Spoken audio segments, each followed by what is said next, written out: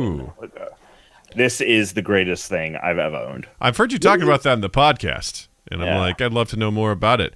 We might have to save that for on air because I'm very curious about. Yeah, we can talk about my 3D printer. I'm very excited to talk about my 3D printer. Speaking of on air, hey everybody, welcome to the show. Hello. We're on air. How's everyone doing? Hello Noah. Hello Zenny. Hello Wolf. Nice to see everybody. We've got Mr. Tom Caswell joining us this evening, which we're super excited about. Hello, everyone. Thank you for having me. I'm very excited to be here. This is, it's not my first guest appearance on the podcast, but it's the first one I've done in a while. So I'm very excited to. Well, we're glad be doing it this week. that we could be the first one in a while. Because honestly, that's all you ever want to be in a relationship, right? The first one in a while, you know? Yes, Absolutely, 100%. You take it. Those are Your wins. best virginity grew back, we'll say. So we're just going to be checking, making sure stream's healthy before we get started here. So in the meantime, just Wolf's like, Tom! Hi, Tom! Hey, bud. How's it? We got Noah here as well. Yeah. So Wolf, I know, is a part of your community already. Wolf's a part of everyone's community. Wolf is the great uniter, as we like to call him. I love it. Yeah. Is Noah one of your regular listeners? Noah is also a dear friend cool. of the podcast. So Okay. Interesting. So have you guys? So how did you listen to like the Unranked beforehand? actually, it wasn't until recently that I started listening to it. Both Noah and Wolf were like, "This is something you'll probably enjoy." And I was like, "Okay, I'll check it out." And I was like, "Yeah, that's totally it's totally on par." Your vibe. Yeah, Cool. it's my vibe. I'm Awesome. definitely more of a casual gamer. I play a lot of games, but when I listen to your podcast, I'm like, oh, I'm a casual person. After listening to the detail you guys get into. I think there's a difference between someone that plays a lot of video games and like is knowledgeable. Like I would not consider myself anything more than a casual gamer. Mm-hmm. It is almost my entire life for the most part, right? Mm-hmm. And I play a lot of video games and I have a lot of knowledge about them in the industry, but I do not think that's the thing that like determines whether you're a casual gamer. Honestly, I think it's just casual and professional. And then you have like this third category that is like people that are casual gamers, but are like, no, I'm a serious gamer. And like, they take it way too seriously. You know what I mean? So there's those three categories: casual, annoying casual is that category. And then you've got professional. Lots of categories. Anyway. Well, I think we're looking good. We're sounding good. So let's get this here show on the road. Noah's like, holy shit, the podcast even started. I know. We're going to start it right now. Hey, everybody. Welcome to Unranked Podcast. I'm Doug. I'm Justin. And we have a wonderful guest joining us this week, coming from the Unranked Podcast, also a talented just content creator in general. Please welcome Tom Caswell. Hey. Oh, whoa. Was not expecting sound, although I should do, because my podcast has a bunch of sound effects and sound bites and stuff like that. But yeah, thank you everyone so much for having me. It's great to be here. You're so welcome, Tom. And let me tell you, we have nothing but highbrow soundboard audio clips here. So I hope you're prepared. I don't know if you've ever seen an episode of the podcast where we've used Tuna 3000. So one of our on Unranked, Tuna is one of our hosts, and Christian, the creator of Unranked, he took it upon himself to program a soundboard with clips of Tuna. Nice. That he cut out, and just like, so it's just catchphrases and stuff like that. But there's so much that you could like probably like have a half sentient AI like become him. Yeah. We definitely prided ourselves on that. We pulled a lot of quotes out of context from podcasts and from game streams, and they actually, when we were on Twitch, that used to be something you could cash in, is play sound effects from people. There was, some from our players, and we kind of just warned people like, hey, just so you know, you say something out of context that we find funny, it might become a soundboard drop. So just so you know. There you go. That's pretty good. But to the folks who don't know you, Tom, tell everyone who you are, what you do, where they can find you online. We'll do that again at the end of the show, but I want people to know right now who you are and why they should check you out. Sure. So I'm Tom Caswell, aka Great Britom, on everything. it is great because it's I'm never worried about it being taken on something. You know what I mean? I only recently signed up like within the last like year for a TikTok, right? So that app was tremendously popular and huge before I even jumped on it. And like I didn't even think for a second that someone would have taken it. So that's great. Yeah, anyway, so I'm kind of all over the place. My primary job is I run the social media accounts for Input and Inverse, Input being a kind of tech and culture website, and Inverse being entertainment, gaming, and science. And I write for both sites as well. I am a video producer by trade. I've worked in video or writing at like almost every major digital media publication, it feels like. I'm a part of the Unranked Podcast, which we've been doing since 2016. So we're coming up on our 6-year anniversary, which is really cool. Nice. We've done 300 something episodes. We're actually very close to where you guys are at. This is 330, right? This is 330, yeah. Yeah, so we're and you've done it every week?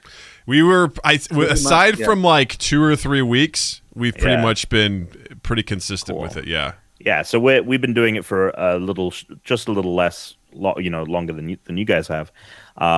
And yeah, so that is kind of that's the central hub for all of my content creation. But, I Twitch by myself. I create videos for Unranked Podcasts, YouTube. And yeah, so that's me in a nutshell. That's awesome. And if you are even remotely interested in games and gaming, you should absolutely check out Unranked Podcast. Tom and Tuna and Dan and Christian. Mm-hmm. Christian, got it. Dang it! I was like, I'm terrible with names, and I was doing well, and then I doubted myself on the last one. No. You nailed it in the end. But anyway, like you guys are so great at. Not only are you super entertaining to listen to, but you also are incredibly knowledgeable in gaming stuff in general. I was telling Justin, I listened to the episode where you and Christian had gone to the Game Awards. And you were breaking down the categories like you could have been top-notch Oscar folks who are breaking down the movies and, doing like you guys were just like going through everything. I'm like, I don't even know what games these are you're talking about. I know a couple of them, but in general, you're like, oh, man, best sound design. Obviously, it should have been this. I'm like, okay, I'm going to take your word for it. Well, I do make it my mission to play a lot of different games. And it usually means that I don't finish a lot of games. I usually end up getting to a point where I feel like, I'm my heart is made up, kind of. That's kind of like where I see. And, sometimes that means I do finish a game. Sometimes that does mean like I see something through to the end, like Guardians of the Galaxy last year was a game and it's something that I mentioned in that, like the writing. It was so deserved best writing last year. That was a game where I was like, I am not going to be satisfied until I finish this story. So yeah, I play a lot of video games, and it's really funny how much I like little details I'm aware of and know of about like the development cycle of games or a different developer and their history and things like that. Yeah, I feel like for a while I was like that on a lot of movies, especially like the Marvel Cinematic Universe. I was like, all right, this year, here's the movie slate, that what's coming out when and who's going to be doing what. And I was just so in tune with what was happening. And then, I don't know, I think the pandemic kind of ruined a lot of that. Sure. Yeah. Still haven't seen Spider-Man. Because right. Oh, wow. I know. It's been spoiled in proportion already to me in a lot of ways. But I mean, that movie was spoiled like 2 years ago, I feel like. I also agree. Almost every detail about it from, and me just saying that is a spoiler because everyone's read the rumors and all the leaks. So you know exactly what I'm talking about. Yeah. So, yeah. Yeah. So that's I'm impressed. And so, yeah, again, if you are even remotely curious or you want to learn more about games and what's going on, check out Unranked. Very entertaining, fun stuff. And you guys, I'm always impressed at the games you guys come up with to play during the episode. Well, it's very entertaining. That honestly, a lot of shout out to Chris, me, Tuna and Dan, we come up, the three of us separately come up with a game every now and again, but Chris is able to crank them out and, A lot of them are not always hits. I'm going to be honest. A lot of them are like, this idea is great in practice, but when you actually do the game, it can be absolutely infuriating. But it always makes for good content. Just us, getting mad at Chris for designing the most, ridiculous game or whatever. Those are always. Yeah, but they're always fun to play, and when there is a gem, it's great. Yeah, for sure. What's been the hardest game that the one that you cursed him out the most for? The hardest game is a game he made called Russian Roulette. It is I think a hybrid between the most difficult game that he's ever made. The Rihanna. It's the most difficult game he's ever made, and it's the most frustrating to play. I personally feel like it's the one where there isn't a lot of laughing. So there's to put it in perspective, for example, there's another game called Game Busters. All right, Game Busters is basically if you've ever, oh my god, this is such a deep pull. The Ricky Gervais show, right? Way back in the day, like the one that they played, not the podcast, the radio show that they did. They would play this thing called Rockbusters, and it was like you basically had to guess an artist, a musical artist, or a band name. So, for example, if the answer was Tony Bennett, okay, the clue was that part of the foot and that bit of the leg. You need to throw it out, and so it's toe, knee, Bennett. Oh wow. Wow. So we do that, but for video games. And so one of them was like that expert. He is, he's a wizard in the kitchen or something like that. And it was Maestro Chef and Master Chief. So we do that. That one's fun. That one's really fun to play. And like, when he's reading out the clue and we're just like completely baffled as to what he's saying, it's funny and we're laughing. Yeah. Russian Roulette is this one where we have 6 attempts to guess a game and we just get like one word clues, and each of the clues get progressively easier each time, and are worth less points, right? The more clues you need to get. And it's just us sitting there like, how are these, what is going on? And, Wolf's Blood in the chat brings up, ask him about the Rihanna answer. So the other thing is I really forget where this started, but so often in every game that we do, if there's clues involved, usually every week there will be a clue that is just Rihanna. And you have to figure out, like, okay, is that based on the fact that she started in the movie Battleship? Is it based on the fact that, shine bright like a diamond? Is it based on Umbrella? Is it based on who she's dated? Is it based on her clothing line Fenty? The options are numerous. It's basically it's a nothing clue. You're like, thanks for that. Yeah, but sometimes it can be like the thing that like you're like, I have it, That's amazing. So anyway, I was a big fan of the game where you played where Dan, I think, would describe what was happening on the cover of a game. Yes, and you guys had to guess the game based on that. Came up with that, which I was like, wow, good. I don't know the cover art enough for any of that stuff, so that was very fun to listen to. Yeah, that one's like a really good one. It's fast. I find it easier than some of the other games that we play. For sure. Yeah. That's awesome. That's so cool. Well, we have so much to talk about, but before we do, a little bit of housekeeping before we get started. First things first, if you want to support the podcast, please check out our Patreon, patreon.com/mindgappodcast. You could be a supporter like Wolf's Lore, or Richie Armor, or Zenny, or Slotty Bartfast. All of the wonderful Patreons, thank you for supporting us. We appreciate you. Also, if you want to join the Mind Gap community, check out our Discord server. You can check out the link in the description down below. Join us.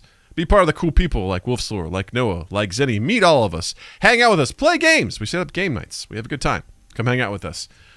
Check out our merch on redbubble.com for all of your Mind Gap needs. And last but not least, we do stream live on YouTube. youtube.com/mindgappodcast on Tuesdays live for the podcast, and Saturday nights I host a video game stream right here as well. So please check us out on all that stuff. All right, now that that's done, let's talk about the most important thing, one of the most important questions of the night. One of our community members, Zenny, asks all our guests this, and this should be real easy for you, Tom, because I know your credentials. The question is, what is your favorite Pokemon, and why is it Snom? This is so serendipitous because of our podcast. I don't think we've come up. So, long story short, we talk about every number of each episode on our pod refers to a number in the Pokedex. So we're slowly working our way through the Pokedex. We're in the middle of the Hoenn region right now. Snom, if I remember correctly, is this just like you know what? I have no idea what fucking Pokemon this is. I don't know. The only way I could really describe it is it looks like the world's most adorable fuck pillow. That's kind of the way I would categorize it. Oh, Jesus, you are correct. Yeah. That is not too far off from the truth. So this was, this is a Sword and Shield Pokemon. I actually like Frosmoth, which is its evolution. Pretty solid evolution there. I mean, it's going to be a boring answer. It's either like Pikachu or Charizard. And it's just because, like, just iconic. You know what I mean? Sure. Like, yeah. Any of the recent ones. Oh, I really like from one of the recent ones. It's this like dragon Pokemon. And it has like rockets on it. It's so sick. Well, how can you not like that? Yeah, it's called Dragapolt. And of course it is. My new favorite one. Yeah, it's really sick. It's like this kind of floating dragon, and it has this big triangle head, and then it has torpedoes. It's very cool. It's like a B-52 bomber grew a body. Yeah, exactly. Grew a big tail. Yeah, that's amazing. It is a really good Pokemon. I actually like a lot of the new ones from. I know absolutely nothing about Pokemon. Whenever anyone talk, like today, Noah was streaming and he did the whole like tiering system of all the Pokemon. And I was sitting there just going like, I don't understand what anything that's happening. This is a whole dimension of things that I think I was a year or two older than when the craze was. So when it hit, I know for a fact if I had been about 1 or 2 years younger, I would have been in it. But I was at that age where I was like, that's for kids. But I was also a kid, and it probably wouldn't have been cool to have Pokemon trading cards. Probably would have gotten beat up in rural Missouri where I grew up. So 100%. When people talk about it, I'm like, oh, this must be what it's like when I talk about games to my wife or to people that don't know anything about these games, or when I talk Dungeons and Dragons to Justin, and he's like, I don't know what any of this means.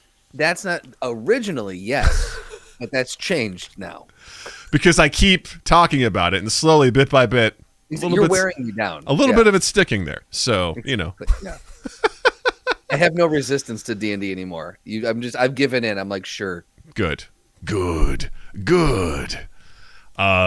So there you go, Zenny. I hope your answer suits you and you're satisfied. She's always one of the first things to ask those questions, so I'm glad. I was like, this will be a great question for Tom. He'll enjoy this. But I want to start also with kind of like, you are obviously, I would consider you an expert in the gaming world. You understand the concepts of it very well. And I just, kind of kicking things off in that realm, I consider myself a casual gamer. Justin, what do you consider yourself in the gaming? I am aware that video games exist, and I have played them in my past. Yes. So that's where I'm at with video games. There we are. I enjoy video games. I just never find the time to play them. And so I think that's kind of where I lie. See, Justin doesn't prioritize gaming. He puts his time towards other things like video content creation and script writing. Whereas I'm like, I've got spare time. Hey, the Avengers game's on sale on Steam for $18. Let's see if it's as bad as everyone says. It's not great. It's really funny because I'm actually working on a script this year. I'm working on something. Yeah, I went to school for film and video, and like making movies was originally what I wanted to do, and then like my viable, kind of like marriage of video creation and gaming, and also like a way to make money was digital media, which in hindsight was really short-sighted because it's a cesspool of not making any money at all. So I haven't made something myself, worked on a set that I wasn't running for years at this point, and it's my 30th birthday this year. Well, and so happy early birthday. Thank you. It's not until March, so we got a little bit. Happy early birthday, Tom. Thank you. So yeah, I'm working on something. I hope to shoot it this summer. So it's cool to. I'll have to send you a draft. I would love to. Yes, that's awesome. Oh, yeah. I don't want to speak for Justin, but he and his partner Drew, they have a production company, 2 East 8th Productions, and they've been producing some stuff, which is really, really cool. And I'm just happy to be like, collab. Hell yeah. I'm a side person when I'm watching it. I'm like, cool, go Justin. I'm doing a video game stream this Saturday. The other thing that has consistently kept me down from gaming is the fact that I am a Mac person, and Macs just, unless you're gonna spend, 10 plus grand, Macs just are not gaming computers. They just don't have the oomph necessary, and so it's been a sore spot, I know, with the community. A lot of people have been telling me to get off the Mac train. So I mean, I actually I don't have my own personal Mac laptop anymore. I just have my work one. I've definitely been eyeing those new MacBook Pros, but I honestly, like, I do a lot now that I have like a gaming PC. Like, I do a lot of video editing on here, specifically because I have, you guys are on a 16:9 monitor here. I actually have a 31:9 ultra wide monitor here, and just being able to see a Premiere Pro timeline in that size and like that much info, like this, I could probably edit it better on a Mac, but like just being able to see the timeline is a dream. But the other problem with Macs though is that they have very powerful graphics cards. They're just kind of not built for gaming, and even if you install something like Windows, like the problem is that these they're like slightly altered, slightly custom GPUs. So like finding the correct drivers and all of that, like the optimization is just like, it sucks. Not to mention that a lot of those games just don't run on Macs either. So trying to find a game that you can play co-op. Because after I think it was High Sierra or one of the, I don't remember which one, Catalina, they did away with 32-bit. Everything on the Mac now has to be 64-bit. So any 32-bit games. So I had a few select games in Steam that when I would jump on, Doug and I would play, and I have 2 games now that still Tabletop work. Simulator is one of them. That is we one can of do them. that. However, it makes my computer almost blow up. I out of it the last time we played D&D. Oh man, Noah says watching y'all play It Takes Two would be a dream. I would love to play that game with you, Justin. I would love to. It's basically like, know what that game is. It's basically kind of, we talked about playing Portal together. It's problem solving. It'd be so much fun. You and I trying to solve problems together. It's also a game about divorce. Hey, I know that. But yeah, it's a great game. I've watched people play it. It sounds really good. But anyway, that's fantastic. That being said, you, Tom, being an expert in the world of games, from your perspective, in your opinion, what are the elements of a perfect video game? Sure. It's a question I've been thinking about. I think that there's 2 answers to this. Firstly, it depends on what you're going for. Like what genre you're building.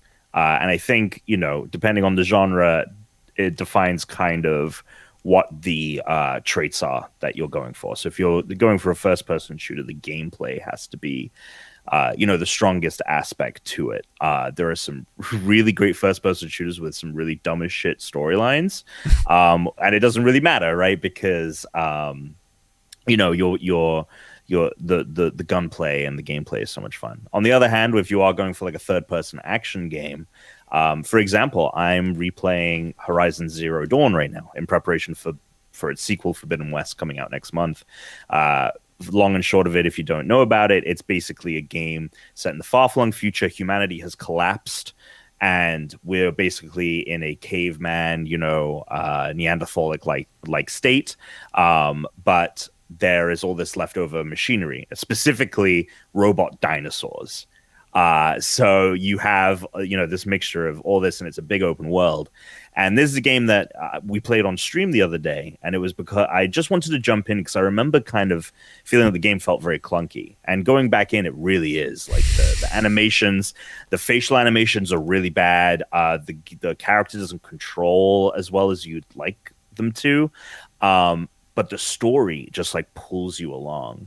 And so for that game, I was originally just going to jump in to replay and check it out and not really have any intention of finishing it. But now I'm like, oh man, I forgot how good this story is. And so, for a game like that, I think you really need a strong story. Personally, if I had to build my perfect video game, I would say that it is something akin to The Last of Us Part 2. Okay. And I'm not saying that that is a perfect video game or even the best game I've ever played, but I think it hits so many of the elements that I am looking for.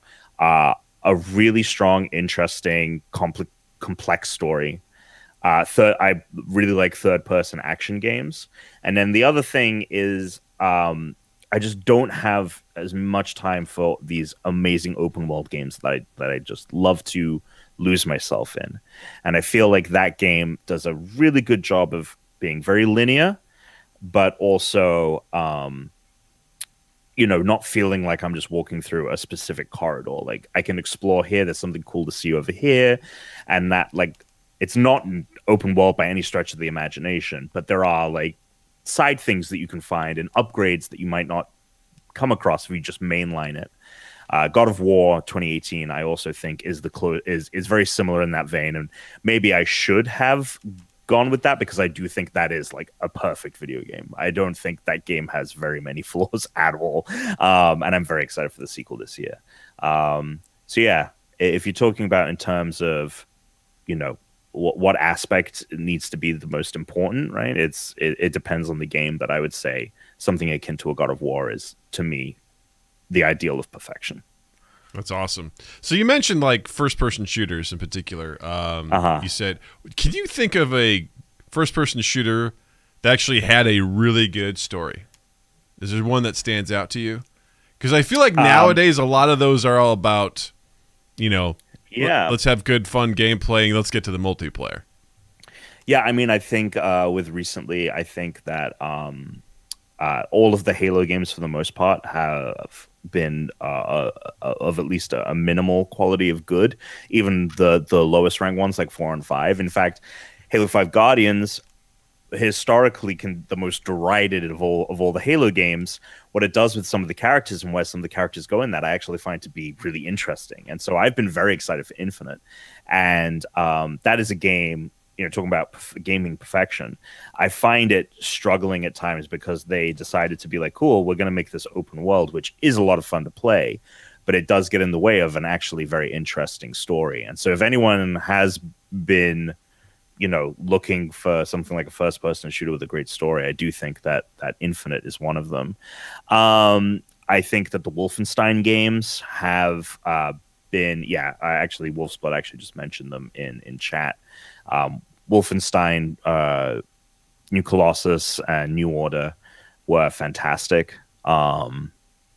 Definitely worth checking out if you haven't done so. Man, like now I can't remember a single first-person I'm sorry shooter. To put you on the spot. I think one that stands out for me, I don't play a lot of them ahead. because I don't know, just nowadays, like they all seem like you played one, you played them all. I grew up on some older, I just don't do well, especially with the multiplayer stuff. I'm like, I'm not even going to bother with this. This is just going to end with me being really sad about my abilities. But Bioshock Infinite was one of the ones that stood out to me. I got on that train way late. But when I finally played it, I was like, wow, this is a very interesting story, very interesting game. awesome ending. And it really stood out to me. And I'm not a Bioshock fan. I didn't play the first one or anything like that. But my brother was like, dude, you got to check out this you got to game. play Bioshock 1. Bioshock 1 is, I think, again, if we're talking about like kind of flawless games, I really do think that is one of them. It also holds up really well. I think I love Bioshock Infinite, and I was very into Bioshock at the time, and I had a very personal experience playing Bioshock Infinite. But it's kind of one of those things that, like, I don't, a lot of people have a lot of different opinions about, and especially as someone who absorbs a lot of other people's content and things like that. I have re-examined Bioshock Infinite to kind of see, what critics bring up, and like, oh, that's a really good point. Like, I was just so emotionally attached to that game when it came out. I was like, this is the greatest thing ever.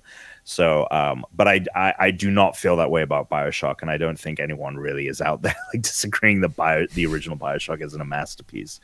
So I do recommend checking out the original, and it's a quick game as well. It's like 8 to 10 hours at most.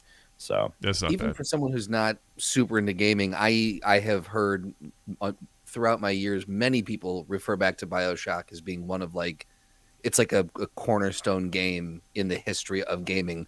What for the uneducated or the uninitiated, what does make that? What made that stand out heads and shoulders above everyone else? Well, I think it speaks to what Doug brought up about good stories in first-person shooters. This was mid to late 2000. It was 2007, right? So we were just kind of, Call of Duty was less than 2 years old at the point. Like, the modern idea of a shooter had like just happened. Halo was only like 6 years before or something like that. And God, this makes me feel so old. Yeah. So I think that it was, other than maybe Halo, the first-person shooter to be like, the narrative is actually fantastic. I think also because, so the long and short of Bioshock is basically someone's in a plane crash over the ocean. They are swimming, and they find this lighthouse. And when they go to the lighthouse, they go down an elevator into an underwater city called Rapture. And it's basically this libertarian, obviously originally planned as a utopia, but like eventually fell to, a dystopic fate. And you are just kind of making your way through, trying to get, back home. And, I think a lot of things about the big thing is there's a big twist kind of halfway or, 2/3 of the way through the game that is, revolutionized, I think, a lot of what people thought about when it comes to gaming story, and like not only gaming story, but how gaming story is built into the gameplay of a game, and like that marriage between story and gameplay. It was, you see it a lot more often, but it's because of Bioshock that I think made people realize that you could intertwine those two in ways that I don't think previously people really thought about. Because you would have the gameplay, and then you would just have a cutscene that you had nothing to do with, or it felt very disjointed from the actual game. This married them a little bit closer? No, not necessarily. So,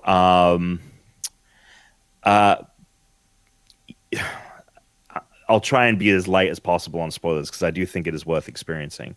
But, in the game, there is someone who's speaking to you over the radio and is telling you to go do this, to open this, and then you can make your way through here, and like all this stuff. And then you kind of discover that that character is manipulating you to do these things.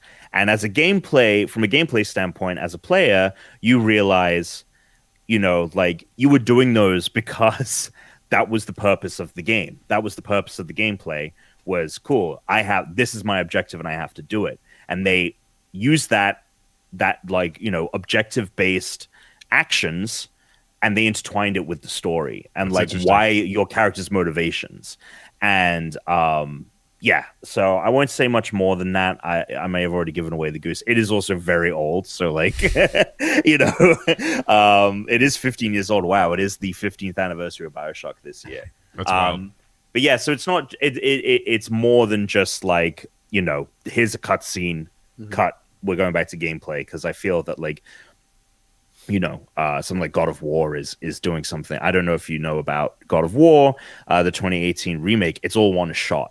The game is about 25 hours and it never cuts once. Oh shit! It's one single shot, and so that is I think that's more speaking to like the blending of cutscene. What is cutscene? What is gameplay? But this, Bioshock, I think, goes beyond that in a Matrix almost fashion. That's really cool. Yeah. So for me, a part of like I also kind of like lump this in a little bit with my movie watching as well. Replayability or rewatchability is really important to me, because I can play a great game, right?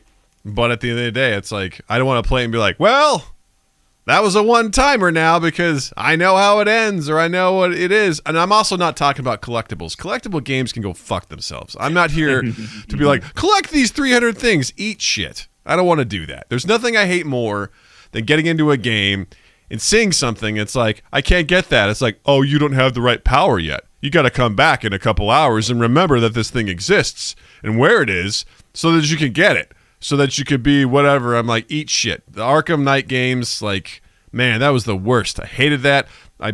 Playing Super Mario Odyssey for the first time just recently, I'm like, there's a moon on a platform. I don't know how to get that. I'm probably just bad at the game, but it frustrates me. I'm like, I just want to play the game and move on. So that's not what I'm talking about. I'm not talking about, hey, let's go back and get all these things, because I don't collect things. That's not what I do. But I'm talking about enjoying a game so much. Like, one of the games I replayed a lot is Divinity Original Sin 2. I love It's a great role-playing game. It's awesome because you can craft your characters so many different ways. It's just a ton of fun. It's a very enjoyable game. I love that game. But also, I really enjoyed Bioshock Infinite. I haven't replayed it since I beat it. I want to. I've also found a lot of other games that I want to play. But the idea of being able to go back and being like, hey, I want to play this game. Does that play a big factor to you at all? Or does that matter? Or what do you think? No, not at all. And in fact, there are just too many games to play. And right now, like I'm kicking myself because I have very little left in the Halo Infinite campaign, and I want to finish it because February, well, actually end of January, we have this new Pokemon game coming out. It is we talked about it on the podcast forever the other day, but long and short, it is the Breath of the Wild version of Pokemon, right? So that is happening. Then we've got like the next game from the Dark Souls creator, Elden Ring, and we've got the February is this just month that enough games are releasing that if you got all of the like big hitters, you probably didn't need another video game to release all of 2022. Is how, at least to me, like kind of how it feels like. And so I am trying to beat this Halo Infinite campaign before any of that hits the fan. But I'm fucking playing Horizon Zero Dawn because the story's so good. And I kind of wish it wasn't so good because I don't want to spend my time replaying it. But like something keeps drawing it to me. Replayability is important to me in the sense that I want a game to linger with me. I don't want to end a game and feel like, oh, thank God that's done, right? I want to end a game and be like, I want to start that up right away again. Last of Us Part 2 was one of those games like last year. If I do get to the end of a game, and so, to be honest, as much as I loved Guardians of the Galaxy, there was like just the ending was just long enough that by the time I was actually done with the game, I was like, okay, I never need to play this game again, but I still loved that game. So yeah, I think replayability is important in the sense that I want to be left wanting more. That being said, as much as I tell myself, oh, I'll go back and replay this. There are so many games that I've told myself, oh, I'll go play this for the first time, and I never get around to doing it. So if I'm not doing that, there's very little chance I'm going to go and replay something. And someone brought up Dying Light 2, which is one of these February games that's coming out. It's a zombie game. The developer recently came out and said that to do everything in the game, it'll take you 500 hours to complete. That's insane. That's dumb. Now this is including all the side quests.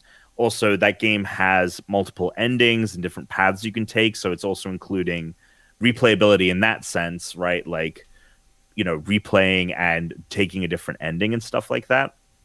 You know, that is something I not interested in really. And, you know, even something like that where there is more than just like, hey, this is a great experience.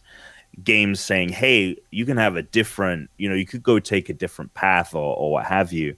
I'm very unlikely to go and actually do that, you know. Yeah, that's fair. There's just too much that's being cranked It's out. much. Too much It's good too stuff. much. Yeah, it's too much. Would you say that we're in a? I feel like with we've talked about this in the podcast before, with being like with all the streaming services and everything. Just before these streaming services really hit their stride and kind of became like the place to go, when we had Breaking Bad and Game of Thrones and Mad Men and those kind of shows, I felt like we were in the golden age of the TV series again. And I think the streaming services have carried that through, but I think we're getting a little diluted now. Would you say that we're in or past or yet to come up to the golden age of gaming? Do you feel like we're hitting a high?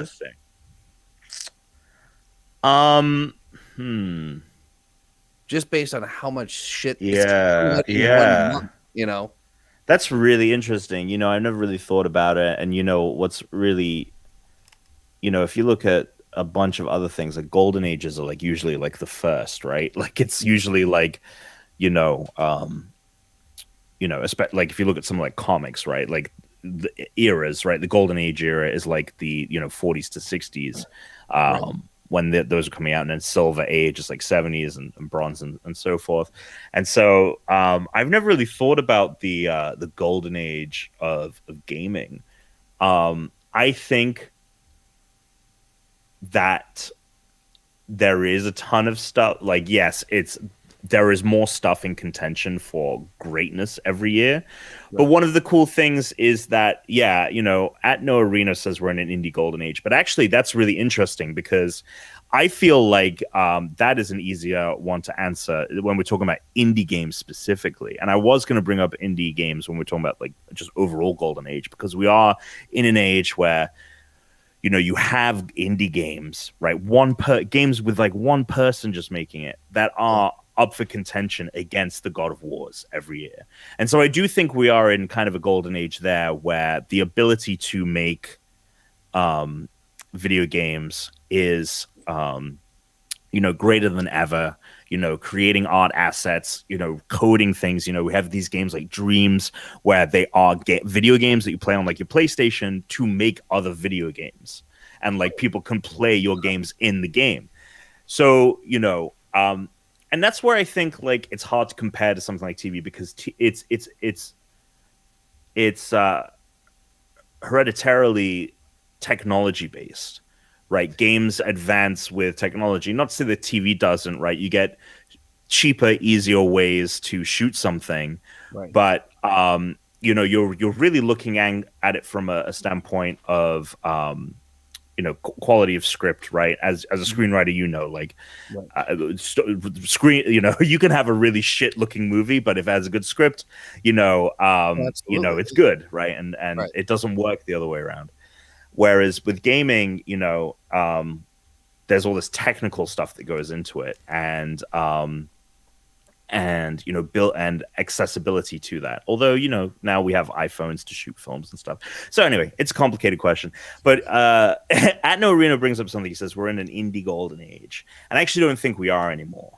And maybe it even speaks to the accessibility of all this tech that I feel like 4 years ago, like 2014, let's say 2014 to 2018, that was an indie golden age, where we had this beautiful marriage between accessibility of these developer tools to make these games and mastery and an artistry going into them. And it felt like every indie game that was coming out and people talked about was a slam dunk. And it was hard to find someone that was speaking ill to it or didn't love it in some way or another. And I feel like we're having this, talking about like how much shit is getting pumped out. Not that I think it's fantastic the more people can make games, but I do feel like, last year, for example, even though people loved this game, it's this game called Death's Door. It's a top-down kind of hack and slash thing. You play this raven with a sword. A lot of people loved it. And I feel like a lot of years I would have loved it too, but I didn't really vibe with it. I actually felt it quite derivative, and I felt like previous indie games had done what it was trying to do better. Sure. And I feel like we are finding some of that now. And, games that I would have looked at a couple of years ago if you told me, yeah, this publisher's making it, this developer is making it, this small indie game, I would have been like, that is a lock for a really good game that's going to score really good reviews. And I feel like we're getting less of that, which isn't necessarily a bad thing. But, talking about a golden age where, it's just the right mix of amount of content and quality.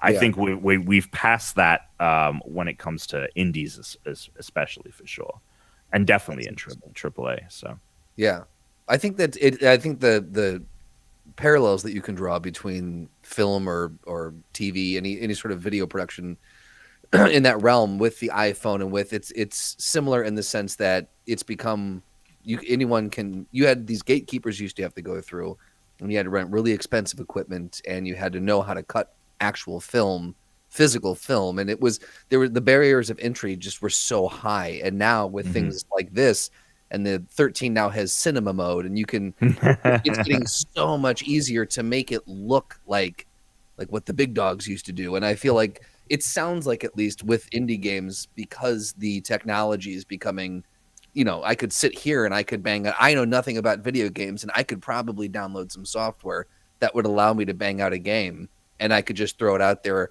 almost like when YouTube first came around, and it was just this cacophony of everyone's putting up videos, it's to regulate itself a little bit. It's funny you bring this up, because I know you wanted to talk about my 3D printer. This is a perfect opportunity to talk about it.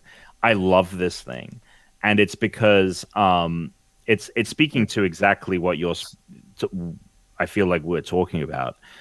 For example, if you see over here, actually, let me turn off my faux blur so you can see it better. So I have this wall of Power Rangers action figures. Huge Power Rangers fan, like my original fandom, pretty much. And where are we? Oh, it's not the control. Sorry, one sec. All right, so you can see them better there. Green Ranger all the way. He's right there. Nice. So I have them. So these guys over here are attached on these plastic things to hold them up, so they're in the midair. And I 3D printed the thing to hold them to the frame of the shelving unit. And over there, I have my backpack that I 3D printed a hook that was specifically designed, specifically for that backpack. And then we got our dog this bull retrieval toy. So it's a big, it looks like Eve from WALL-E. Oh, nice. With its head chopped off, right? And its bottom, it's just the middle there. And you drop a ball in it, and it shoots out because he loves chasing after his ball. And so I was like, cool, we'll just automate this process. But he's a little scared of it because when the motor kicks in and stuff like that, it's really loud. So he kind of doesn't want to get near it. He just wants to go chase the ball. And so what we've been doing is we've been trying to give him treats near it, so that when he try and train to drop the ball in. And I 3D printed this little shelf that sits in the machine that we can just put, because the machine is like a bowl. So you can't leave a treat in there. Right. But I 3D printed this little shelf that can sit there. And I'm just thinking of oh my God, all these things that I would need to buy this stupid little attachment for, or this, that, and the other. I can just make that at home now. And it kind of blows my mind. And when I was a kid, I remember my parents asking me, one Christmas, what did I want for Christmas? And I told them I wanted an action figure machine. And to me, this thing existed in the late 90s. Okay. And to me, it existed. And it was, I would draw a picture and then I would put it in the machine, and it would make an action figure of that drawing. And I was convinced. You're a prophet. I was convinced that would be a thing. And it wasn't at the time, but now it kind of is. I can't just like print a whole action figure with motion in one go. Right. But I could design something, and I could make each of the individual like articulated parts, and I could easily build it. Yeah. And I just was surprised when I was doing like custom, like even something as simple as this or the hook or even the shelf thing. I was just like stunned how easy the 3D modeling tools were. Really? It was so intuitive. Yeah, it's called 3D Builder. I think it is a Microsoft product. And I was like, well, this is going to be a piece of shit. Like every other Microsoft product on the planet. But it's surprisingly like intuitive, like, shaping and molding things. And, it's crazy how easy a lot of this stuff has become. That's awesome. But yeah, and this thing is only $200. Like, it's so cheap. You're kidding me? Yeah, only $200 for like a decent like 3D printer. Okay, $200. That's a Definitely really good worth deal. I know they one. were really expensive, so I think obviously they've come down in price now these days. So that's something awesome. like this would have been like $3,000 10 years ago for sure. Yeah. That's amazing. that's really fucking cool. Well, way to go, Tom. Way to be, inventive. I'm proud of you. Thank you. That sounded really condescending. Oh, Did we just lose him? Fuck you, Doug. That could not have been. Well, way to go, Tom. Way to be, inventive. Boop. Huh. So how you doing, Justin? Oh, I'm good. How are you doing, man? I'm great. Cool. This has been really good. This has been a really good conversation. Yeah. We're streaming, right? Uh-huh. We're streaming. We're sure it's recording? Yep. It wouldn't have been a mind gap without a technical thing. No. The good thing is, I don't think that was our problem. So. Like, you didn't kick him out. Nope. Okay, that's good. Nope. That's good. Crit goes, he said, well, you know what? Fuck you. While we're getting him back, I want to address something that's been going on in the chat here. In that, you've finally gotten called out for your hatred of Legend of Zelda. Here's the thing. You are on record for a long time saying that that's one of the worst video games that was ever created. Here's what I'll say. First Zelda, totally cool. Legend of Zelda, Link to the Past, cool. I'll even give Zelda 2 a bit of a pass on the Nintendo. Beyond that, I lost track of Zelda. I never had an N64, so I never played Ocarina of Time, and then I played a little bit of Twilight Princess on the Wii, but I never finished it. It's just I've lost it. So I have no idea. I celebrate the entire library of and the whole canon of the Zelda franchise. So I think it is it's flawless, and I have loved it ever since day one. Yeah. Onions and Zelda. Doug hates them both. Thanks, Hobbs. Nice to see you, buddy.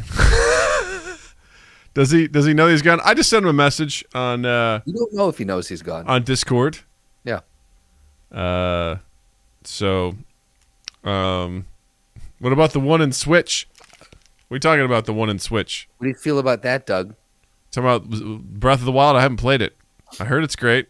Before people go nuts, I feel like we're right at the precipice of potentially people like shelling out money and actually. Hey, sorry about that. Look who's back. Sorry about that. I was closing like windows because I hate having tabs open. Yeah, me too.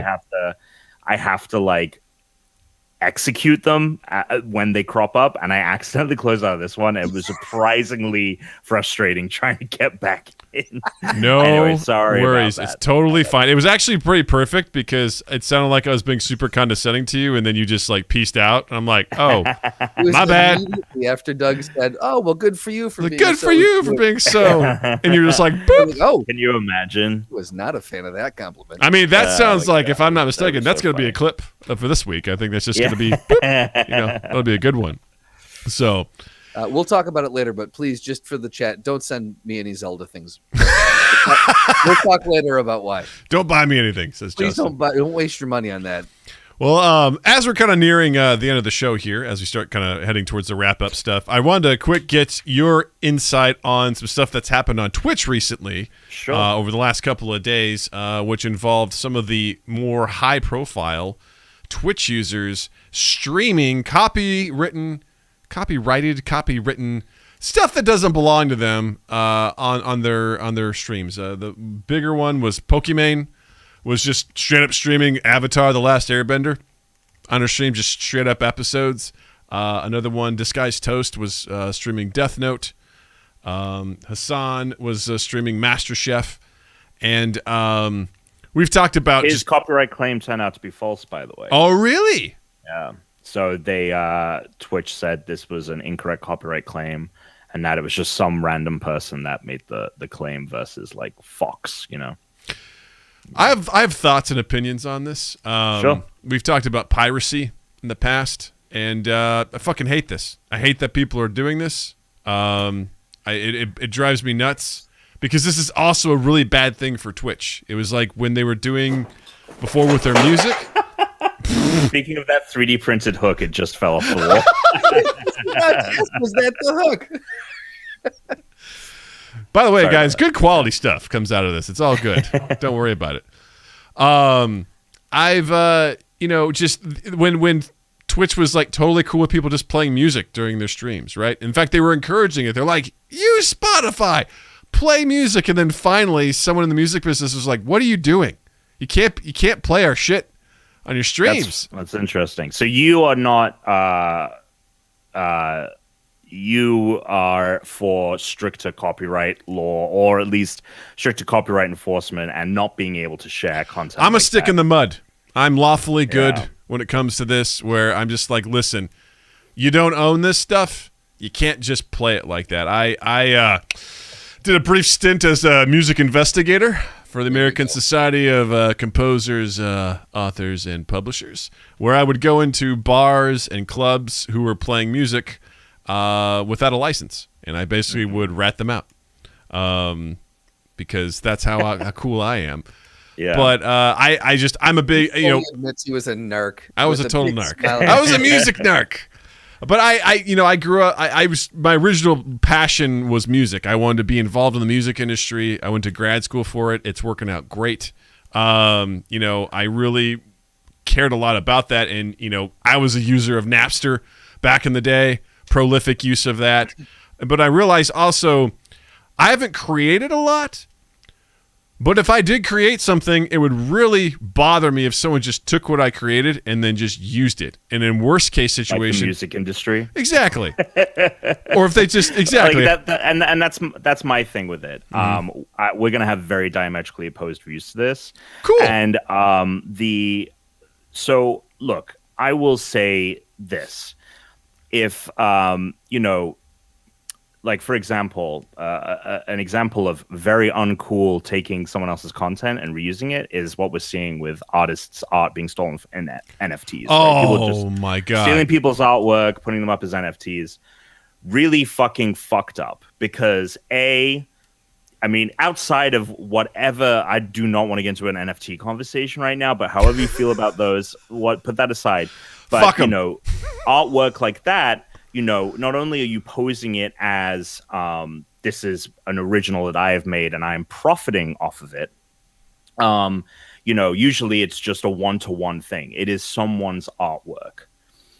With all of this, and I used to be someone who was like, fuck piracy, fuck stealing, like all of this stuff, like if you want to call it stealing, because at this point I actually don't consider it stealing anymore.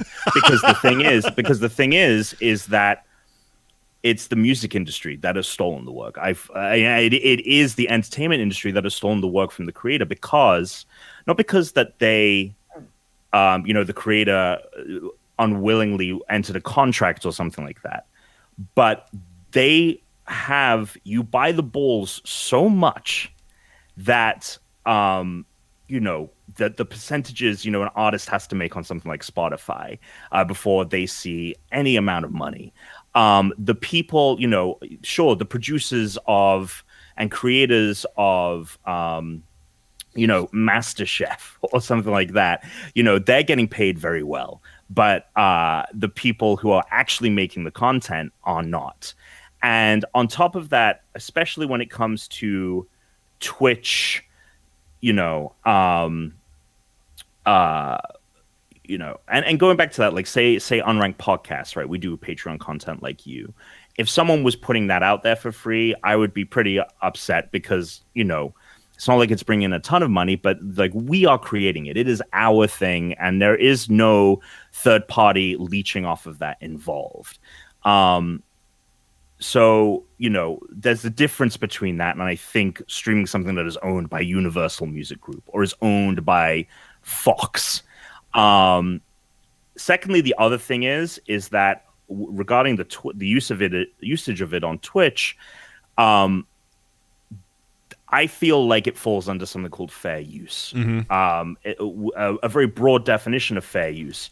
But I do think that, and what fair use basically means, and this is very reductive to anyone, I'm sure you guys are aware of it, and I'm sure you are very aware of what fair use is, Doug, as someone who has been in this industry. It basically means that if you are commenting, critiquing, if you are building on top of, in a way, and analyzing the content directly, you can use it, like images in an article on a website, right? They have to fall under fair use. You can't just steal something, you can't just like grab any image. You have to give a purpose. You have to be talking about the image, if it's anything like this. And I feel that, like, especially with music on Twitch, if I've got music in the background of someone's stream, like, I'm not listening to that and being like, oh, cool, I'm getting one over on, I don't have to pay for this music. More likely, if someone's playing a song that I really like in the background, or even if they're just streaming the song straight up, right? And it's a radio station that's looping 24/7 with pirated music, I'm not like, this is a great way to listen to the music, because it's just random or someone's talking over it. I'm more likely to be like, I loved that song. It would... a lot of artists, when they're performing on stage, they play music between sets. And there are so many bands that I found because I'll just be at a set and I'll be like, that was a great song. Let me Shazam it. Let me find it. And then I become a fan, and I do engage and, use a streaming service to funnel money to there. The TV meta is a little different because we don't engage with TV content the same way we do with music, where we're watching the same episode over and over again. I mean, you might do that, but music is meant to be repeated and re-listened to. So there's more of an incentive to leave that, take that knowledge and go find it somewhere else on like a viable platform. The TV narrative is a little different, but again, to me, it's kind of like watching Pokimane watch and talk about Avatar is very different than just sitting down and watching Avatar yourself.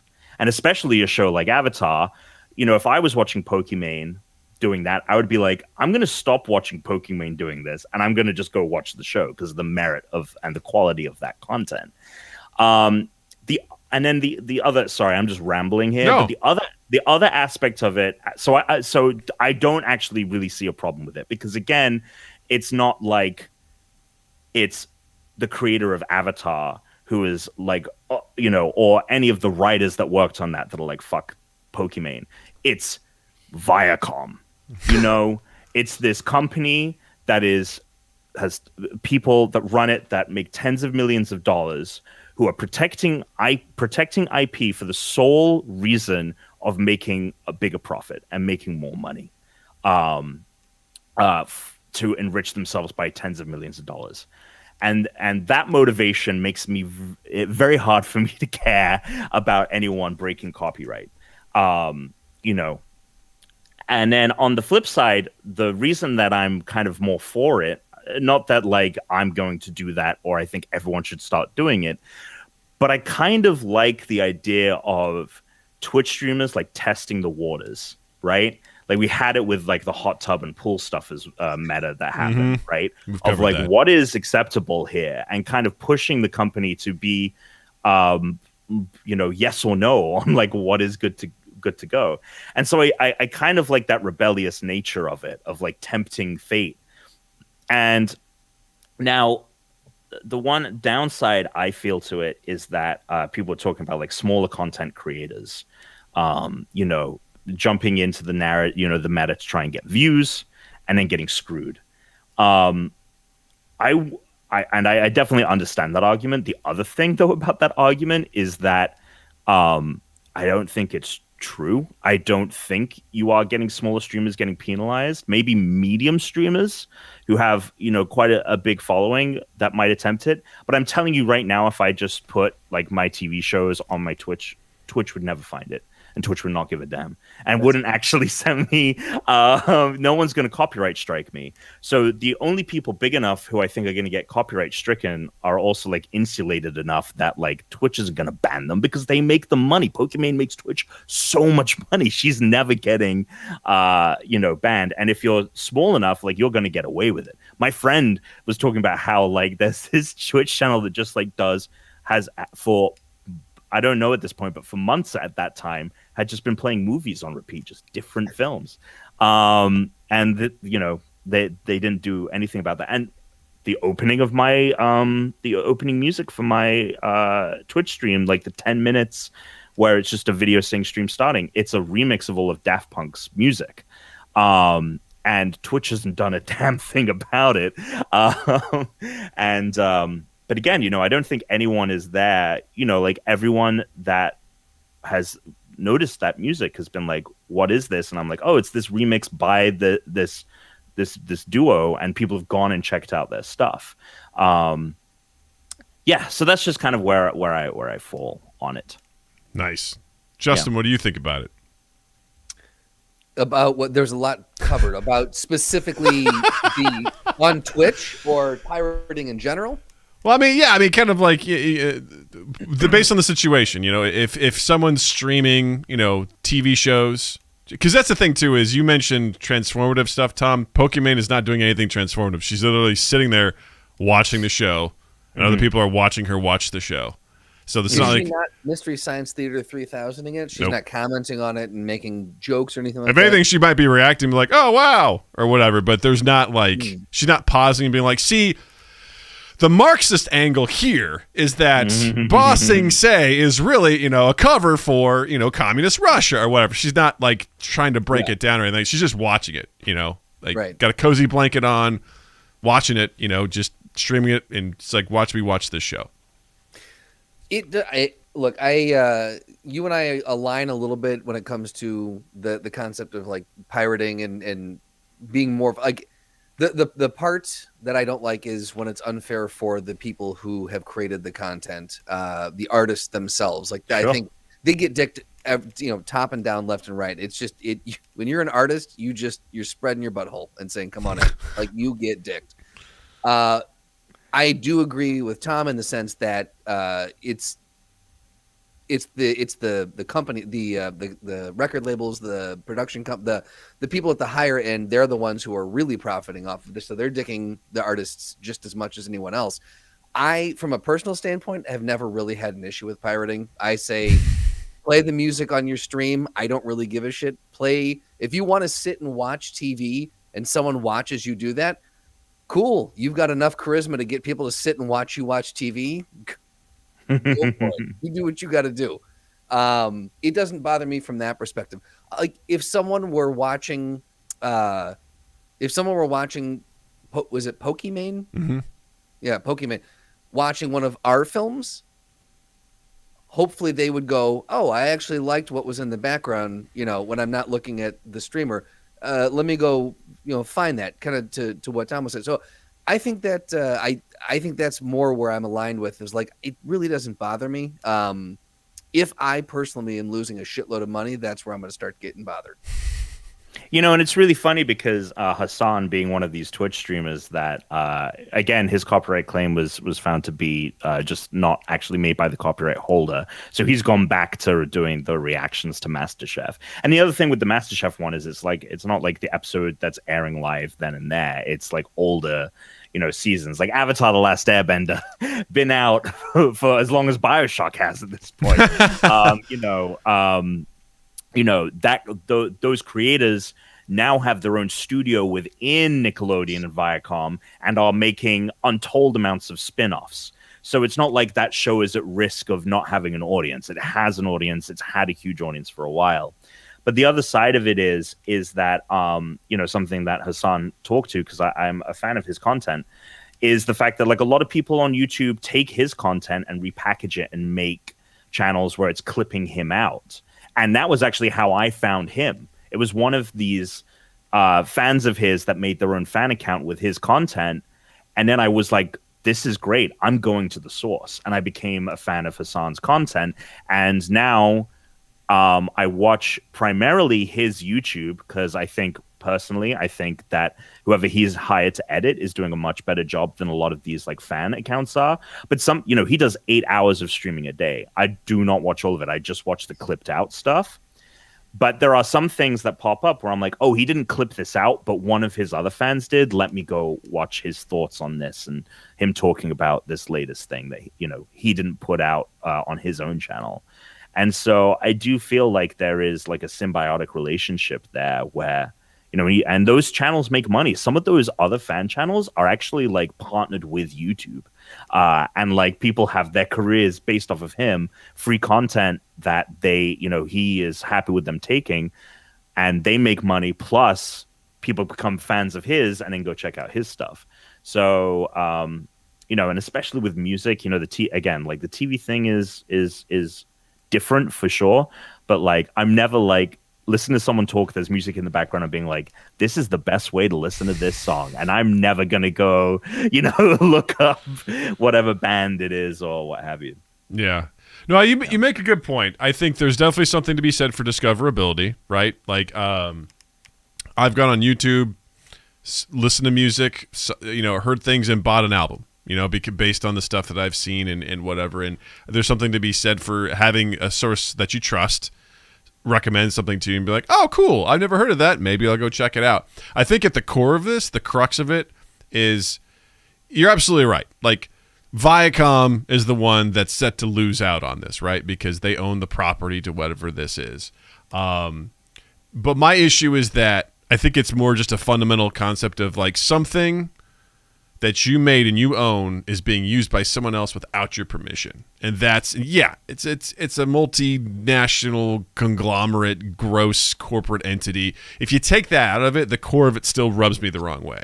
Of someone's going to be like, yeah, I'm just going to go. It's a really big core, though. It is. It is the core. It's almost everything, Yeah. It's, again, it would be different if I made a web series that I put out a Patreon for, and someone, a huge Twitch streamer was watching that, and I was losing out on revenue for myself. Mm-hmm. That is different. But that's the thing. It is different from these situations where it is Viacom, Fox,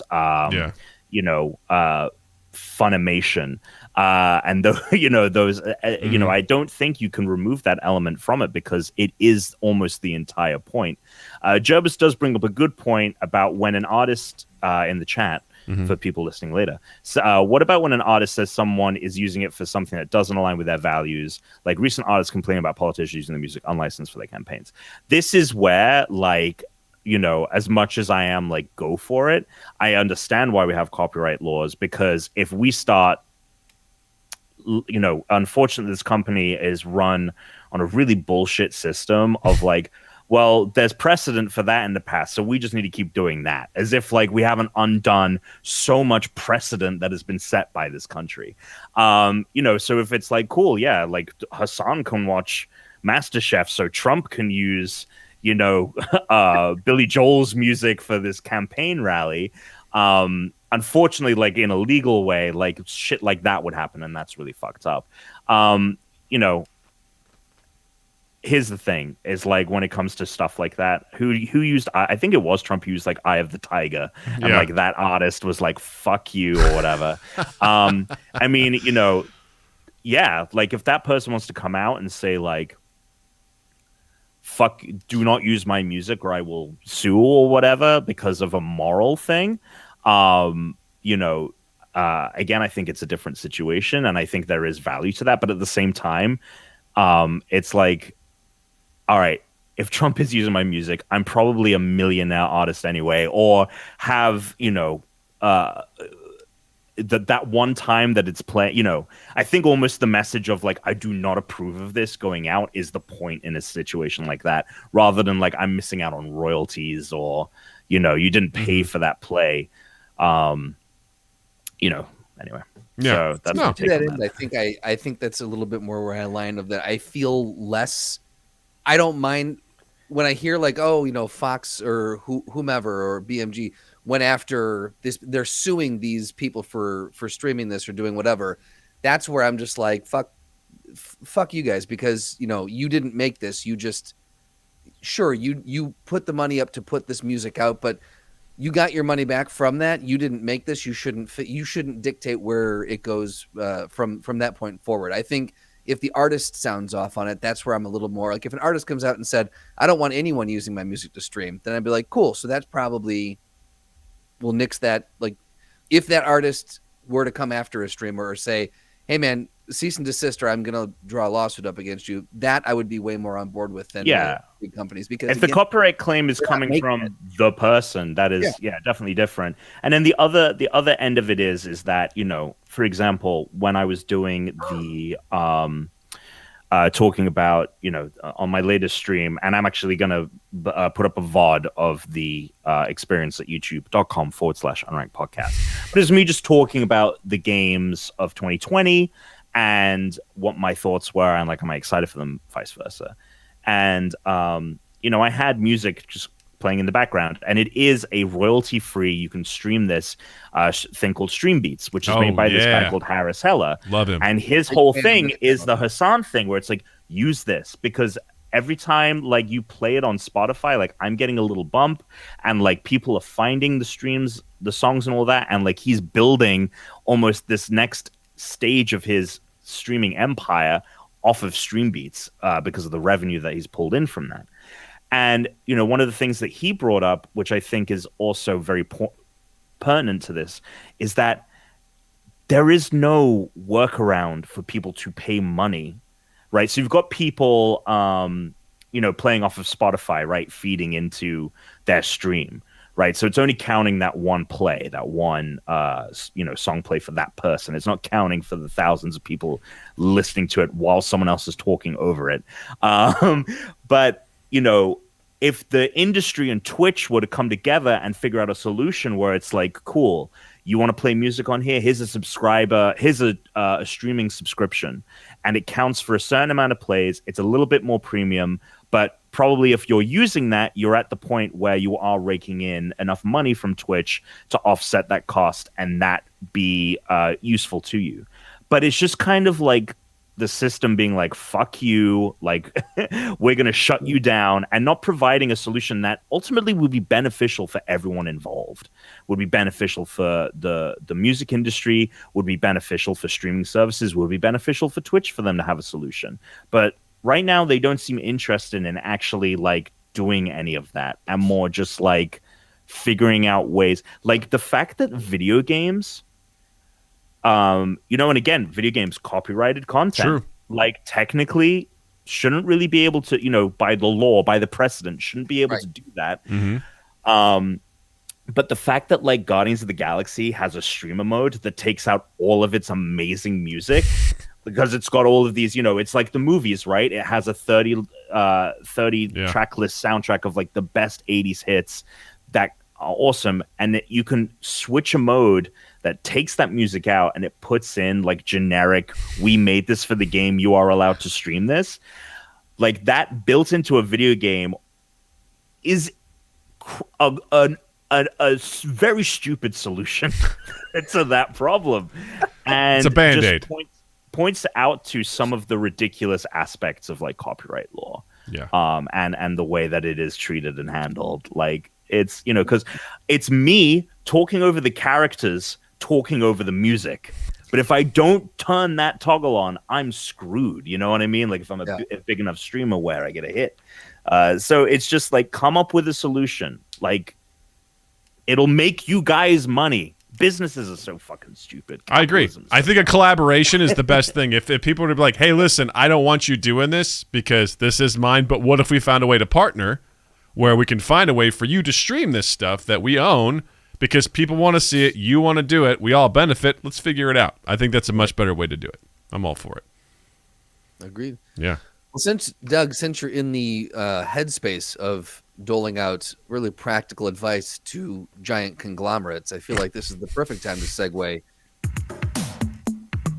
You got the questions, we got the answers. All you do is ask. Practical, practical, practical, practical, practical, practical, practical. Ask Practical Doug. Time again for Ask Practical Doug. For those of you who don't know, there's a tiny Doug that lives inside the larger Doug, and the tiny Doug is known as Practical Doug. Practical Doug guides Doug on most of his life's decisions, and just kind of in general in life. And we have viewers and listeners who submit questions for Ask Practical Doug. So if you would like to get your question answered by Ask Practical Doug, you can on any of our socials or on our Discord channels, or if you've got our phone numbers, if you're lucky enough to have those, you can text us. If it's on socials, hashtag Ask Practical Doug. And today's is from our superfan Zinni. And I forgot to give Zinni this earlier.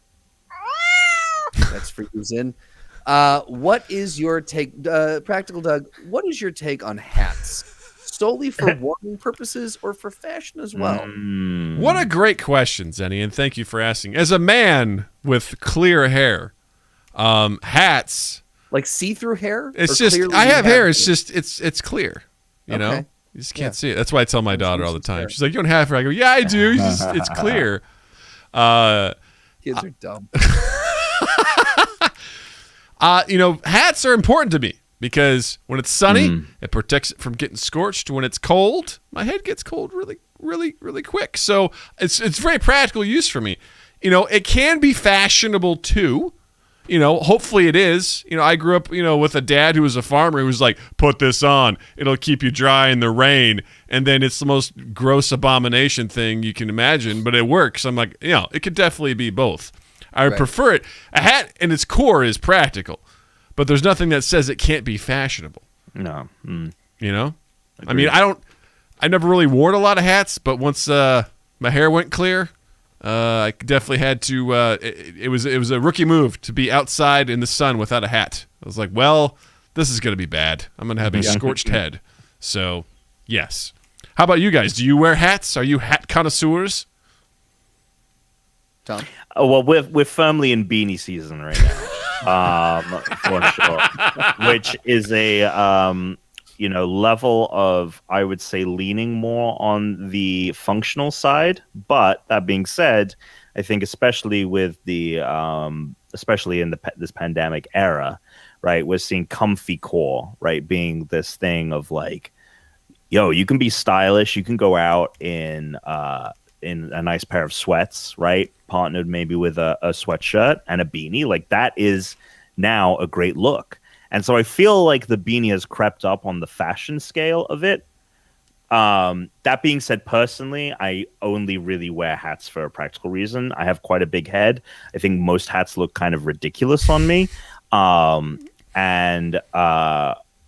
So personally, it is more of a function. And a beanie, definitely, like, especially now it's very cold outside, like definitely need one of those. But I think in general, like a mix of both, I think is a good place to be in. I share that pain with you about the big head thing. We all have big heads. It's okay. It's a real problem. Milos used to say, "Your mother's a saint." But hats have always looked a little odd on me as well. I don't know what it is with my hair. Even if I don't have anything in it, if I put a hat on, my hair is just fucked the rest of the day. So if I choose to wear a hat, that hat is on until I come home and I am relaxing. Like that is, I don't know what it is, but I like wearing hats every once in a while, but it has to be a commitment. Tell you what, I don't miss those days of being like, what does my hair look like? Because my clear hair doesn't show up as anything is wrong. So a very small part of me, I do like having hair. There's a very small part of me that was like, I wonder, should I just shave it and just kind of, then I can wear any hat I want. Dude, it'll be a whole new. If you shaved your head, we'd be like brothers.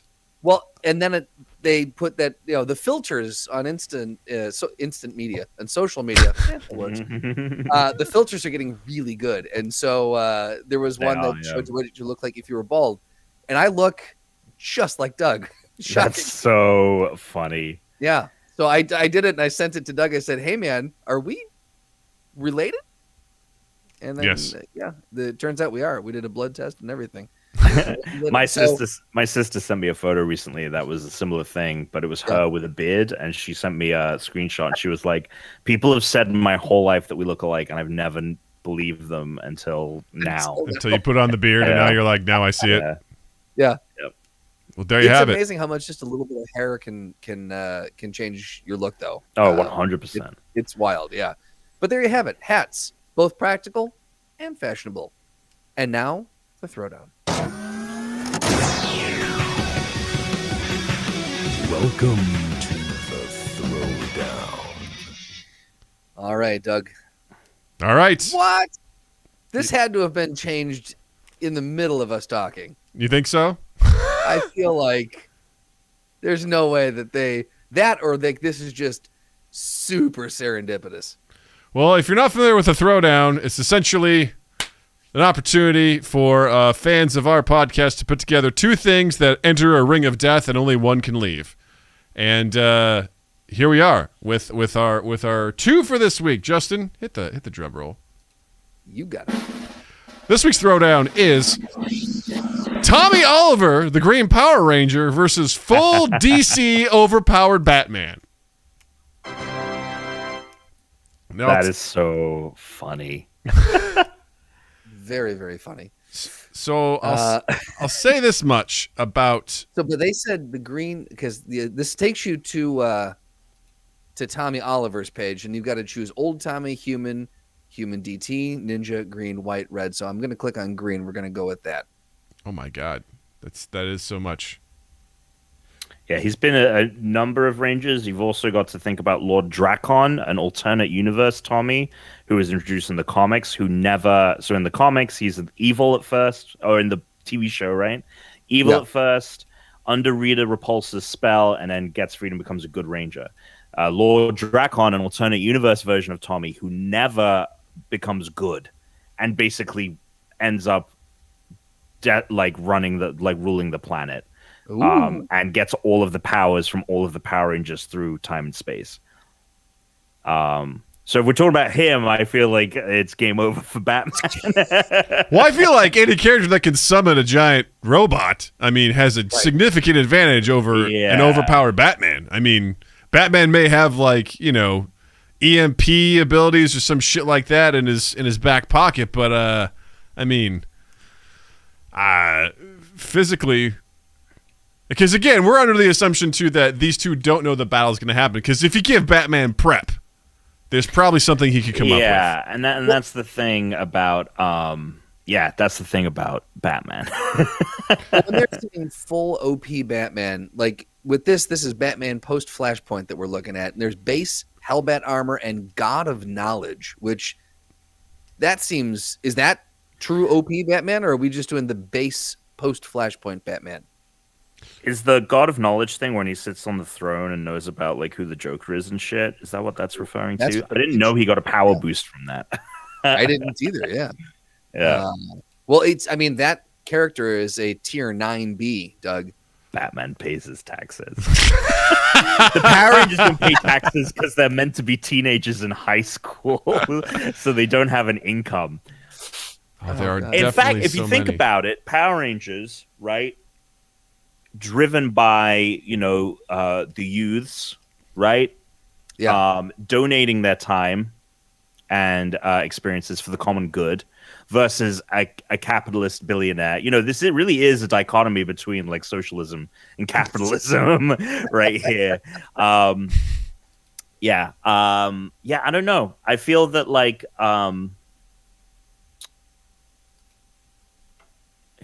And then you got to think about the character brutality, because one is from a kids' TV show, and depending on which version of Batman you go with, if you're talking about this new one, the Robert Pattinson Batman, looks pretty brutal. He might be willing to push it a little further than. Well, I don't know than Tommy is the Green Ranger.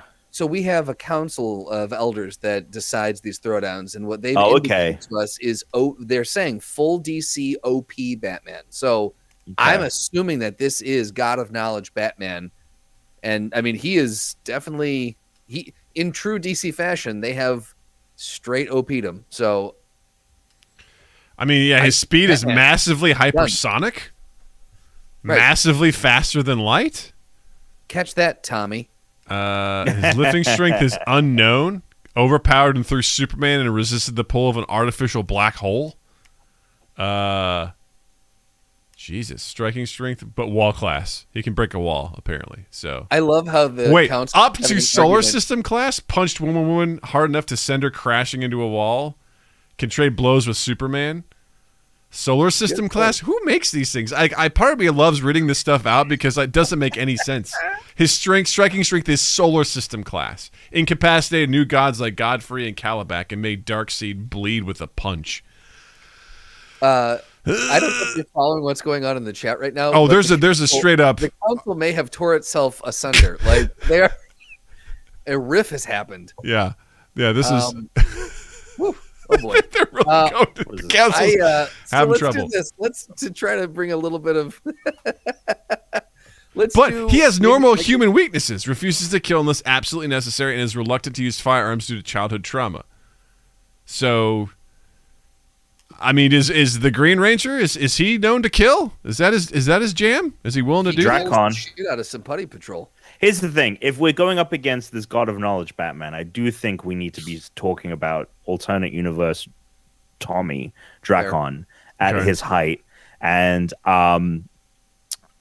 now so spoilers for the comics, what ends up happening is that he starts absorbing all of the so he's evil, right? He never joins the Power Rangers. He ends up killing Rita Repulsa. So he doesn't have the same penchant for not killing, so he is willing to kill Batman. And then on top of that, he is stealing the powers of the Rangers and adding them to his own. So he actually let me actually show you the figure. So by the end of it, I love this. If you're listening, we'll describe it to you. He looks like this. Whoa. Okay. That's what the armor looks like. Hold on. Okay. Kind of this gold and black armor. Yeah, it's sick as fuck. By the end of it, he completely collapses the morphing grid, which is basically like the energy that holds the universe together, and creates his own universe where he is a god. So this seems pretty comparable at that point then. I mean, this seems pretty comparable, and he isn't held back from not killing. So that's a big key. Batman does have his have that stupid code. But he also has incredibly high intelligence. He's nigh omniscient. So he's precognition. He can predict the future in this state. So if he can predict the future, I would say for a character that also is super big on planning, if he can predict the future based on these stats, I think even though they're going to be tossed into a ring, he would anticipate that, right? That they'd be tossed into a death match, and therefore he would have a plan in place. Well, didn't you say that he that the Lord Green Ranger was? didn't you say what was that he was on the edge of space time, or he was he created his own universe, basically the universe collapsed and he created his own reality in which he was basically all of the power. It's funny because it's actually a really good storyline, because you find out that at the end of the day he just kind of wanted to be friends with the Power Rangers, because they're all everyone loves him and they're all his best friend, and they're all hanging out and stuff. So that is the thing, is sure, he has precognition, but if it's Dracon and he's built this universe, he can make Batman do it. Maybe Batman thinks he has precognition, but it's really Dracon in the background. Yeah. I just really kind of want the Green Ranger to win this one. That's fair. I mean, let's take God abilities out of it. Let's just take it back to Green Ranger versus Batman. No, I want to keep him. I want to keep him overpowered. I think that makes sense, because here's why. Well, if we take it back to normal, I think Green Ranger with his special abilities and what he has at his disposal, I think he defeats Batman. And I think God level, if Lord Drakon is creating a reality, I think that trumps what Batman has going. Even though Batman has a lot going for him, precognition doesn't mean anything if someone's warping your reality. Like that. Right, exactly. So I'm going to give it to the Green Ranger regardless. Yeah, I feel like even if he's not creating the reality, I mean, Batman can be as precog as he wants, but I just think Tommy's or Lord Drakar Noir has enough, under in his little belt. The other thing is I'm looking at these pictures of God of Knowledge Batman, right? And he's sitting in this chair, which is giving him the knowledge. Can he leave the chair? Because I feel like if he has to stay in the chair, everyone pees, right? He's pulling a Winnie the Pooh, and he's like, think. Like, I'm not seeing an image where he's not sitting in this chair. So he seems pretty restricted with what he can move. Plus, honestly, at the end of the day, even if we're talking about OG Green Ranger, can anything beat the Dragon Zord? Like, right? I don't think so. Yeah, I think if he's like down. and like a giant thing comes down, I mean, what's Batman gonna do? Can we all also agree he held that the most awkward way possible every time he played it? I can't remember how it was. This way, so it's underhand like this. Yeah. And it's funny because the figure that I have here, I'll bring him up. I'll grab him real quick. This might be my favorite Throwdown ever.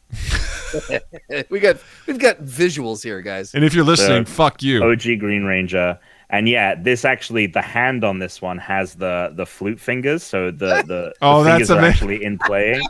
So, and yes, he holds it like this, like so. So he's holding it underhand. Yeah. Like that. Yep. Yeah. I'll also say I do like the image of Batman sitting on the throne going, "No, you come here." Come here, just real quick before we just come here. I predicted you would come to me. Yeah, I did before we start. I sent you an email before telling you to come right here, so I knew it would happen. Closer? I can't hear. What's that? You'll need to come closer. All right, cool. So we're doing Green Ranger for the win! Yes. Well, that was excellent, and I thought we, aside from being an expert in video games, an expert in Power Rangers also. Your knowledge helped us come to a conclusion, so thank you, Tom. Did you guys know about, I don't know if you know about UFC? It was Christian who does Unranked, who created Unranked. He created this podcast called UFC, and it's basically this, where they have a big bucket of names. Yes. And they just pull them out at random, and like that's like the next episode. Oh my gosh, that's amazing. And then they do that, and then it becomes a bracket. And then I think season 1, the Doctor from Doctor Who won. I can't remember, but yeah, if you like this, Christian does like a whole podcast. That's amazing. If you want more Throwdown, probably gonna have to check that out because that sounds amazing. Think we will. Yeah, because we've thought about doing a bracket, but then we realized we've had 330 Throwdowns now, each consisting of a minimum of 2 people, sometimes 3 to 5. Yeah, and that's going to be a hard bracket to manage. So. Yeah, some of them are a little more ethereal. Well, Tom, this has been great. This is the part of the show where we basically, no one saw anything, no one heard anything. It's good. You can just 3D print another one. It's totally fine. Exactly. Yeah. We basically just do recommendations. If there's anything that you've seen, heard, been listening to, been reading, anything that you think someone should check out, right now, please, by all means, recommend it. This is probably going to be a very controversial one, Ooh. but I loved the new Matrix. Yes, yes, you did. I adored Resurrections a lot. The Matrix was the movie that made me want to make movies, and so I have everything to thank to that film for where I'm at and the life path that I've gone on. And this movie spoke to the person I am now, I feel. And I know a lot of people don't like it, and I totally get that, and I think it's kind of the point of the film in a lot of aspects. But if you're someone who's like been hearing negative things and is like, I don't know, like a lot of people don't like this, I would enthuse you to check it out for yourself and see how you feel. But yeah, I loved it a lot. The other thing that I'm reading right now is The Creative Gene, which is a book by Hideo Kojima. It isn't who created Metal Gear Solid and Death Stranding, and a bunch of other games as well. Who I think is one of the most inventive creators alive right now. I don't think he is the best writer necessarily, or maybe the best storyteller, but I do think like his creativity like knows no bounds, kind of, and I think he's a genius in that regard. So he has this book called The Creative Gene, and it isn't about. There's a prelogue that's kind of about his life, or a prelude, or a prologue, a combination of those two. That is about his life and why he's written this book, but it's actually like short stories and essays that have inspired him over the years. And so it's actually really interesting because I bought it thinking it was a memoir or an autobiography. And at first I was really disappointed when I was like, oh, this isn't like the story of his life, that he wrote. But it is I actually think the concept of like, here's all this stuff that like inspired me creatively. And it's just very interesting to look at it from that angle, and a very unique, I think, collection. So if people want to check that out. Oh my God. And one last thing, sorry. No, please. Huge fan as well of Junji Ito, who I also think is on that spectrum of like unbridled creativity. Japanese horror creator. He created Uzumaki. Gyo is another one of his books. You've probably seen memes. That meme where it's like this guy is like, "This is my hole. I was made for this." That's one of his books, which is about just like a wall shows up, and there's like human cutouts, like human shaped cutouts in them, and people start realizing that the cutouts are exactly their measurements, and people become like obsessed with them and start walking through the holes and never come back. Oh shit. Yeah, and Uzumaki, which was the first thing I read by him, which translates to spiral in English, is about a town that is obsessed with spiral imagery, and slowly, like, it is unput down. It's like something I just couldn't put down. Wow. And I'm obsessed with his work, and he draws and writes all of his stories. It's just him. And yeah, so I recommend, even if you're not a horror fan, like if you are someone who is just like loves things that people have lit, like you are like, how the fuck did someone think of this? That's amazing. Like, someone came up with this concept. That's nuts. He is just that over and over and over again. Well, you've got my interest. That sounds really cool. Yeah. Great recommendation. Justin, what do you got? Completely opposite side of things. Something I know Doug absolutely loves. Tick, Tick, Boom on Netflix. The musical about the Jonathan Larson, who wrote Rent, Lin-Manuel Miranda's directorial debut. That was a very formative. Jonathan Larson was a very formative figure in Lin-Manuel's life and getting into musical theater, and is very transformative for him. So this was a very, very deep personal story for Lin to take on. And the movie is, so before he wrote Rent, Jonathan wrote Tick, Tick, Boom, which is about him trying to write a musical before he turns 30 because he feels like a failure. And so it's kind of a meta thing. So Lin took that. Andrew Garfield plays Jonathan Larson, and it's part the play Tick, Tick, Boom, but then also taken into a narrative movie. So it's kind of this cool where you see some of the performance and then you see some of the performance come to life. It's pretty cool, and I really liked it. So I would recommend Tick, Tick, Boom on Netflix. Doug, nice. I made an impulse purchase last weekend. I was looking for videos. Buy a boat. I did not. How dare you? How dare you?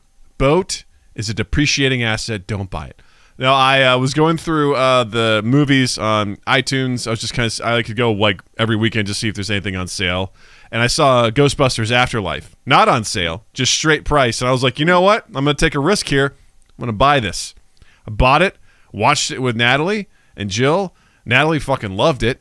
And I really enjoyed it as well. I had extremely low expectations. Wow. I was poo-pooing all over the trailer when I saw it. I'm like, who cares?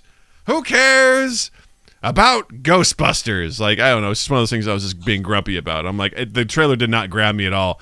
But I watched the movie and I was like, this was really fun. I really enjoyed it. The next morning, Natalie demanded to watch it again immediately as soon as she woke up. So take an almost 6-year-old's, perspective on it. She loved it. And I thought it was fun. It was a fun movie. So Ghostbusters Afterlife, check it out. You can buy it or don't stream it. I don't know, pirate it, whatever you want to do. It's up to you. Because for our next video game stream, Doug will be watching that. And there you go. I'll be watching it. Come check it out. Do the meta, dude.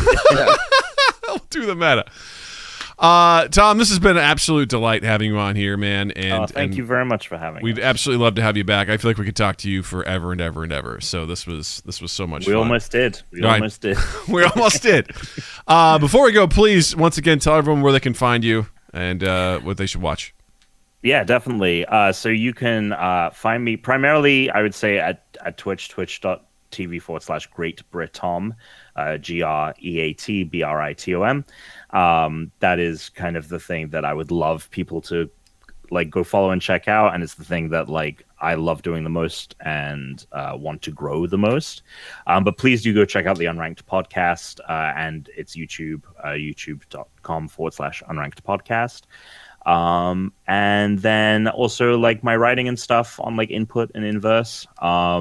Yeah, so that you'll if you search Great Britom, you'll find everything and just go follow those places. But the Twitch is the big one. Go follow him on Twitch, you bastards. Dole out yes, those. I am. Yeah, get me to do another 3-minute plank. There you go. Make it happen. He asked you for it. There you go. Go follow him on Twitch. He's enjoyable to watch. I highly recommend it. You can also find MindGap on all social medias at MindGap Podcast. Check us out on YouTube, youtube.com/MindGap Podcast. Like and subscribe. It means the world to us. Check us out. We live stream on Tuesdays at 8 p.m. Central for the podcast and Saturdays at 8 p.m. Central for the video game stream. And also don't forget to check out Justin online as well. On Instagram and Twitter at Justin_Michael, spelled Mikel. It's the fun way of spelling it. And while you're in the online realm, you can check us out on Spotify and Apple Podcasts, Google Podcasts.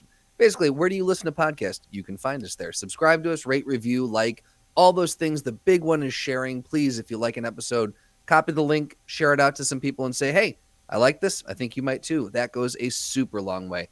2east8th.com/mindgap, and then just keep an eye on all of 2 East 8th stuff.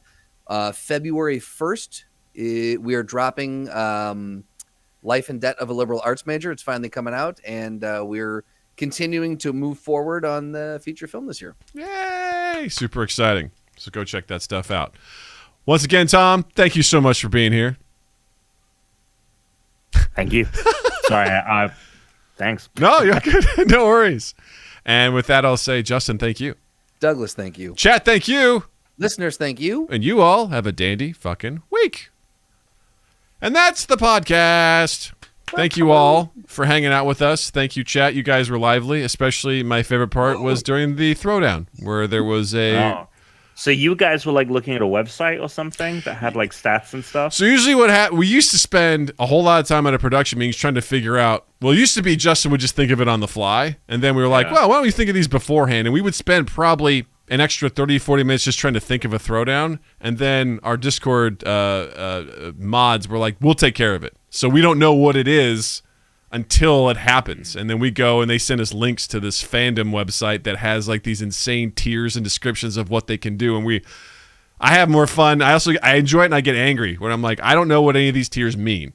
I feel like an old man. I'm like, what does it mean to be wall level strength? I don't know what that means. And we try to decide, we kind of use that as inspiration to help us decide, well, it says here that, he's nigh omnipotent, so that means something, right? And for stuff especially that we don't know, we try to work that in there. But apparently someone was like, I didn't mean that, Batman. And it was very fun to watch. So thank you all for hanging out with us and chatting. It was good stuff.